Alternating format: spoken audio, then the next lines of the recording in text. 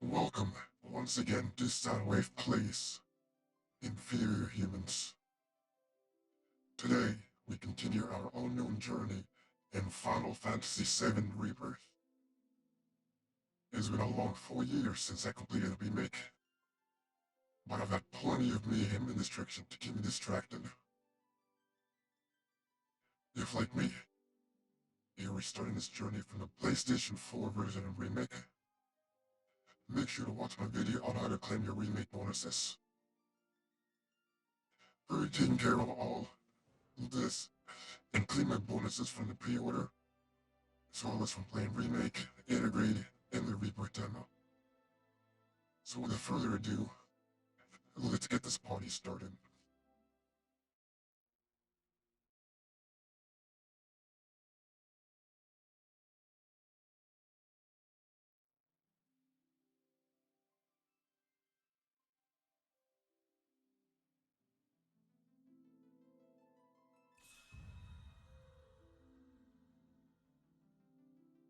We'll begin by catching up with the story so far. When there is so much to tell, where should I even start? With all that we saw, what we heard, what we felt, this planet of ours, destiny, our part in it. Best to start at the beginning, perhaps.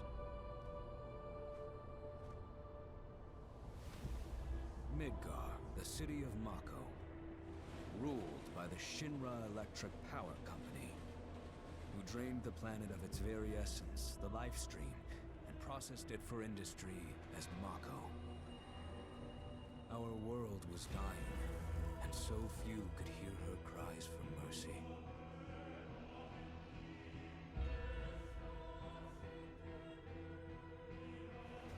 Those who could rose up in her defense.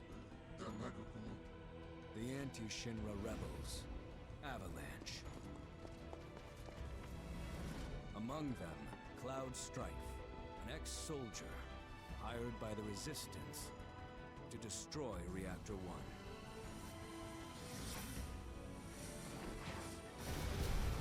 In Sector 8, amidst the aftermath of the attack, Cloud met a flower seller named Aerith. She offered him a yellow blossom, one said to symbolize reunion, motion. With Reactor 1 gone, Avalanche set their sights on Mako Reactor 5. Unfortunately, they were playing right into Shinra's hands. The company was able to draw the wool over the people's eyes. And in the end, destroyed Sector 7, killing thousands and laying the blame at Avalanche's feet. Though dear friends were lost, Avalanche had no time to grieve. Aerith had struck a deal with Shinra, who took her into custody. With her capture, Shinra's obsession was within reach. The fabled Promised Land. For Aerith was the last of the Cetra, the ancient stewards of the planet, and only she could guide them to paradise. To save her, the team infiltrated the Shinra building, the company's beating heart. It was here that I, another prisoner, joined their story and assisted them in freeing Aerith. Reminds me of Ravage. Yet during our flight, we came face to face with a man thought dead. The vaunted war hero, Sephiroth. Sephiroth. Before he could be stopped, Cloud's foe fled with the corpse of Genova, the cataclysm from the stars and the catalyst of our plight.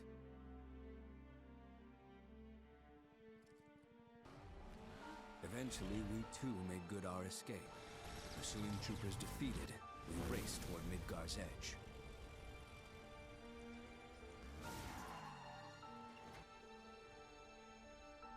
Yet Sephiroth once again intervened,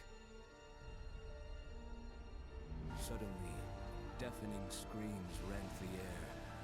Whispers, the arbiters of chaos, fate, mayhem, descended upon the city. destruction, wrath.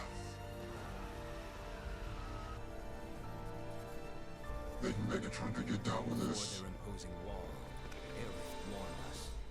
This was Destiny's crossroads. Every moment, every action, every step taken had all been as the Whispers willed it. To fight them was to break free. On the other side of fate, Sephiroth waited, the Whispers undulating within him. Cloud brought his blade down upon his rival, sundering destiny. Of course, there always has to be some good intentions getting in the way. And the shackles of destiny broken, we stood before the unknown, a world of boundless freedom. It was there, beyond where fate could follow, that a new journey began. You know, I can really appreciate that Red 13 is a narrator for the recap. I feel like it fortifies the theory that he's telling the story of Final Fantasy VII to his descendants many, many years after the end of the original game. Take a look at the beginning of the recap. It's set up just like the post-credit scenes from the original game. So, Red, make sure to set the mood by telling us about who's at fault with this whole story. Shinra, who is a synonym for modern-day corporate greed. They'll do everything they can to exploit their resources. Red starts with speaking about how they're ravaging all of the Mako resources to displace the people and time. You could even say that they're just like we Decepticons. They'll teach us like we do as we ravage your planet's precious energy reserves. Wow. Of course, there will always be someone hosting such private. In this case, Avalanche. However, their plans back because their self-righteous actions end up causing more harm to the citizens of Midgard than any actual good they're trying. These actions only end up benefiting Shinra, as they solidify the people's beliefs in Shinra, because they're suffering from lack of power, food, and existential loss of light. Here is humans, so easily deceived in.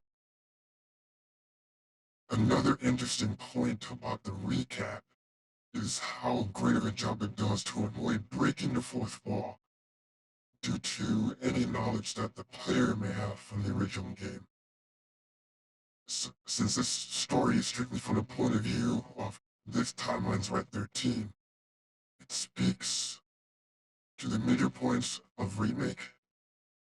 However, it doesn't make it a point to distinguish or to discuss the inconsistencies between the two games. That is, until the very end, when Red was making a great observation about Aerith's warning about going into the Whisper Vortex.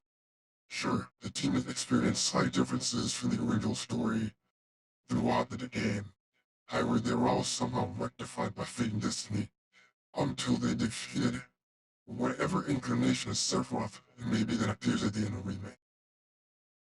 But just how much of these actions affected the world and the history of Final Fantasy VII.